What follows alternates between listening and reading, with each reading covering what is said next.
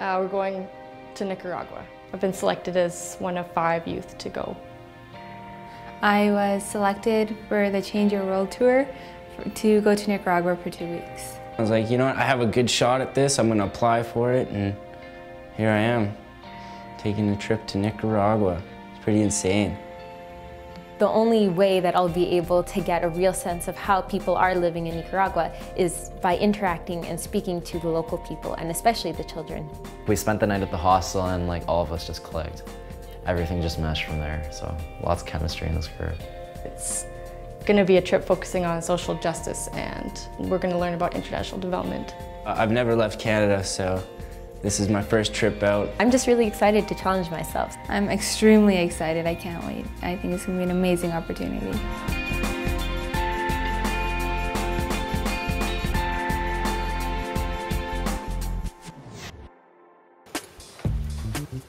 In July of 2013, 5 Alberta youth were selected to travel to Nicaragua as part of the Alberta Council for Global Cooperation's Change Your World Youth Leadership Tour. We didn't know what we were getting into, but we were all glad to be selected. We have arrived in Managua. It didn't take long for the adventure to begin. We met Nicaraguan youth leader Tony Zelaya, who joined us on our trip. After spending 4 months at school in Managua, Tony was returning to his home in the remote Bosoas Biosphere Reserve. After getting some supplies, we head into the interior of Nicaragua, where we traveled up the Rio Coco for 8 hours to the village of San Andres.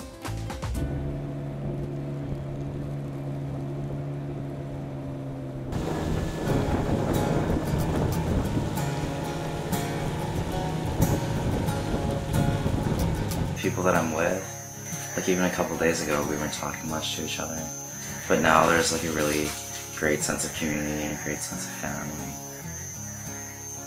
And I'm just really glad that I'm on this trip for the next 2 weeks with these people.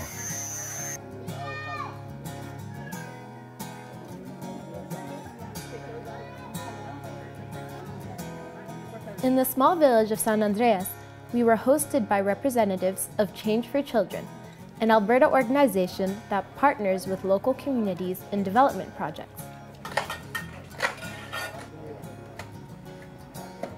Change for Children sponsors eco-stoves in Nicaragua. These stoves are more efficient than traditional stoves, so they burn less wood. Burning less wood means fewer trees chopped down and also saves families the time and the money needed to get firewood. Ella ahorra 60% de la leña que consume aquella.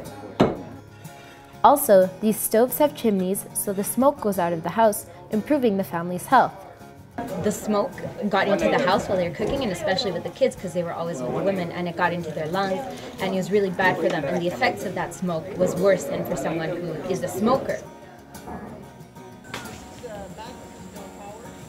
Basically, this is kind of like a demonstration garden. This is actually part of our food security project. We also learned about food security, which is a big issue in a remote place like Bosoas.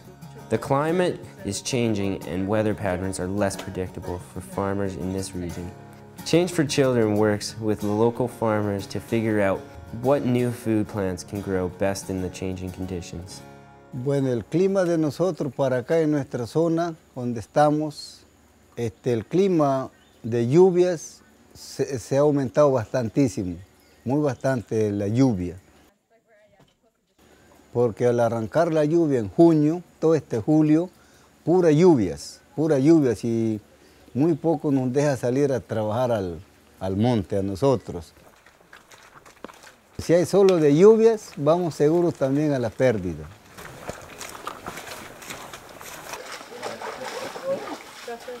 De 30 a 50 según el tamaño. Okay. 50 semillas. Oh, so they have like 50 seeds inside each one? For people here, it's absolutely critical that they can grow their own food. There's no other alternatives since there's no grocery stores and no money to buy food, even if it was sold here.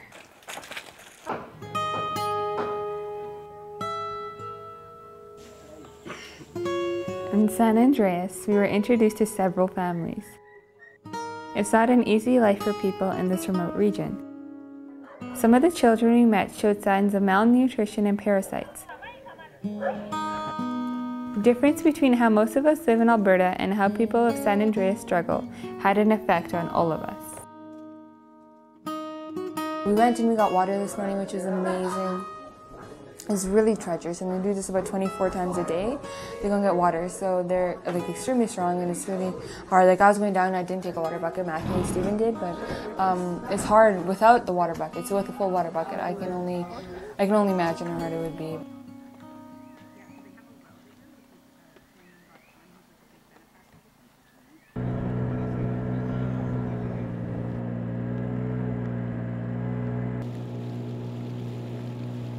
We got in the boats again and went a few kilometers to visit Tony's family.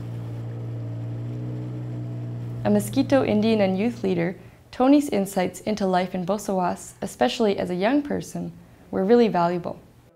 We're in Tubarus right now, just a little upstream from San Andres, and this is where Tony and his family live. He just introduced us to all of his brothers and sisters, and some of his cousins are here too. I grew up here. So that's why I love it here. I love my family. I love what I have here. You know, this is where I'm coming from. I spent almost all the year in Managua because I have to study. I have to go to school there in Managua. But of course, I don't feel that I'm abandoning my family because I know that I'm gonna come back. I'm gonna be with them. So. Change for Children supports Tony's education with a scholarship, and they have also built several schools in Bosawás.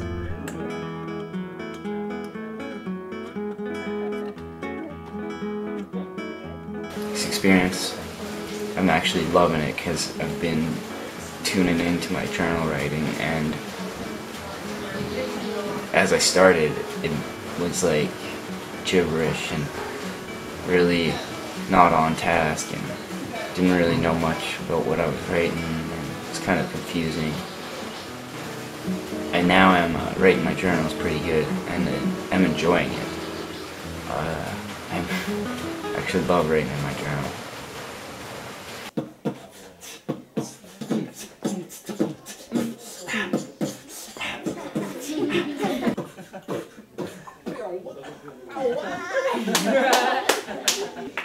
We'd spent 3 days in San Andres learning about Change for Children's development projects, learning about the effects of climate change, and hanging out with the local kids. We were very privileged to be welcomed into this community and to learn so much about life in San Andres.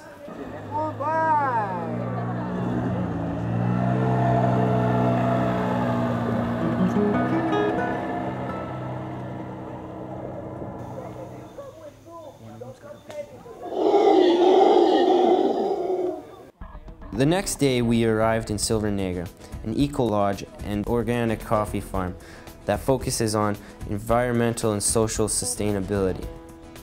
We were hosted by Mousy Cool, who owns and manages Silver Negra along with her husband. So the mountain you see all the way up is primary forest. It's area nobody has ever been. Mousy gave us a tour of Selva Negra and shared their philosophy of always looking to the future. Mousy explained that although they strive to be socially and environmentally responsible, they also have to make money to stay in business. It is a balance.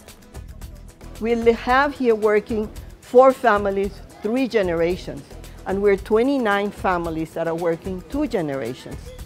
That means that all these people find employment here or do a training here and then find an easier employment somewhere else. So there is a possibility of prospering, not just a regular farm that all it does, produces coffee, export coffee, and live out of it. Through their environmental dedication, the entire operation at Selva Negra produces less CO2 emissions than an average Canadian household. That's pretty amazing. Which is Managua now. It's kind of in the middle between Granada and León. The bus rides between destinations give us all a chance to see more of the countryside, and our driver Javier and our guide Angel were only too happy to give us the inside scoop on life in Nicaragua. They wanted the liberals to be in power, but the conservative has more power. Yeah. Right? We were supposed to visit the small community of Santa Pancha to see the effect a gold mine has had on the community. Locals say the mine's tailings pond, a huge kind of lake that holds contaminated mine water, has poisoned their local water supply.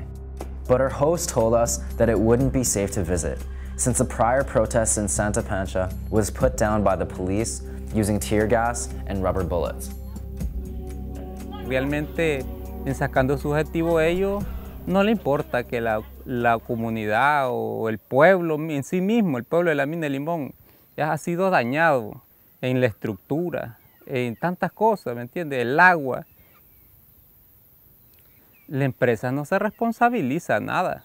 Ellos solo lo que vienen es cierto que al gobierno le pagan una concesión, pero esa concesión va al gobierno y los perjudicados somos el pueblo. Yo vivo al otro lado de allí, de esa pila. Las aguas están contaminadas y no pudimos hacer nada por esa presa. Y ya las aguas toditas están contaminadas, los pozos. Estamos enfermos. Y esta gente no pretende pues ayudarle a uno en nada, aunque ellos vendan el oro caro. This is a community that has lost most of its clean water because of the mine. Other community will depend on water, so if you don't have water, it's like you're pretty much in a big trouble. So.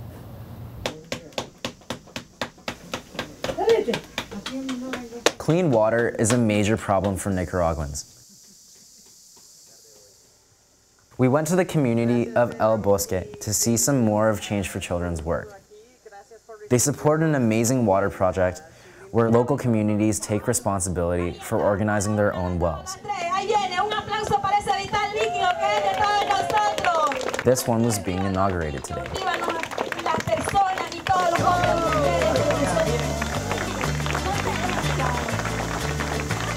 Not only does this mean a clean source of water for the community, but it also means women don't have to hike to get water for their families, and leaves them a little free time to pursue Nicaragua's favorite pastime, baseball.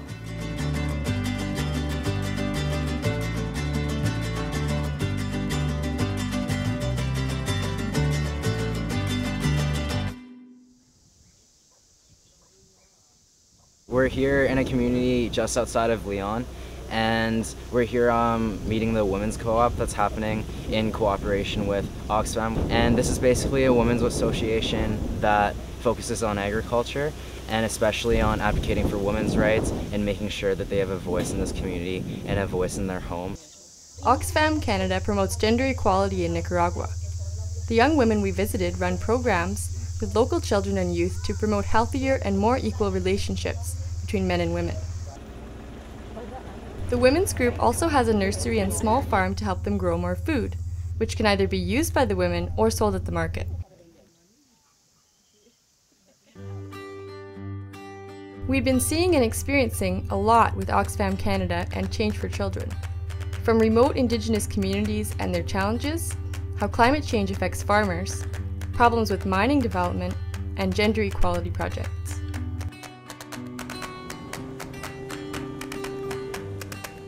After nearly 2 weeks in Nicaragua, the 2013 Change Your World Youth Leadership Tour was coming to a close. We'd had the opportunity to visit several development projects that stress close relationships with their local partners. We saw how Canadians and Nicaraguans are working together to make positive, lasting changes, and we created friendships that will last a lifetime.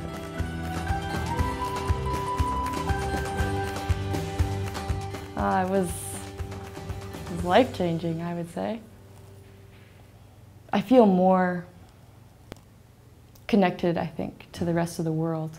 Well, when I first got there, it was like the most amazing experience ever, and it just went uphill from there, really.